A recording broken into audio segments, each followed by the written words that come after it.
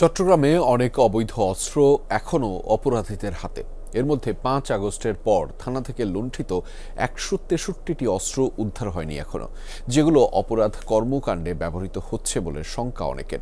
পলাতক সাবেক মন্ত্রী এমপিদের অস্ত্র থানায় জমা পড়েনি। জলদস্যুদের অস্ত্র ভাণ্ডারও অক্ষত। কোটি কোটি মানুষের ভালোবাসায় ফ্রিজ, টিভি এবং এসিতে দেশের ১ নম্বর ব্র্যান্ড ওয়ালটন।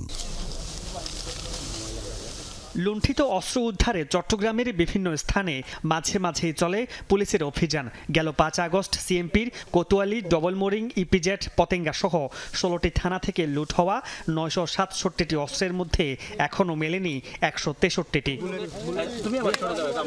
এসব অস্ত্র অপরাধ কর্মকাণ্ডে ব্যবহৃত হচ্ছে বলে শঙ্কা অনেকের। তবে পুলিশের দাবি, এ নিয়ে তারা সতর্ক। পুলিশের যে খোয়া যাওয়া বা লুণ্ঠিত যে অস্ত্রগুলো, এগুলো যাতে কোনোভাবেই অপরাধীদের কাছে না পৌঁছায় বা কোনো ধরনের অপরাধমূলক কার্যক্রমে ব্যবহৃত না হয়, সেই ব্যাপারে আমাদের যে আইনগত কার্যক্রম সেটা অব্যাহত আছে।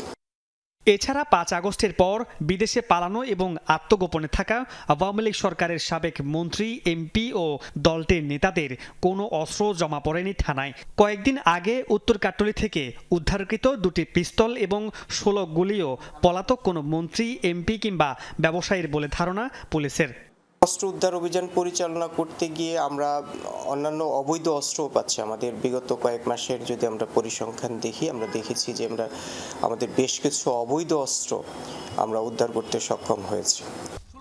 সাগর এবং উপকূল দাপিয়ে বেড়ানো জলদস্যুদের কাছেও অবৈধ অস্ত্রের তথ্য আছে পুলিশের কাছে। গহীন পাহাড়ে গোপন কারখানায় এসব তৈরি হয় বলে সন্দেহ তাদের। এই যে জলদস্যুগিরি যারা হলো পড়ে, ওদের হাতে কিছু অস্ত্র থাকতে পারে। আমাদের কাছে এরকম কিছু তথ্য আছে, তবে আমরা সে অপারেশন অব্যাহত রেখেছি। মামুন রশিদ অভি, যমুনা নিউজ, চট্টগ্রাম।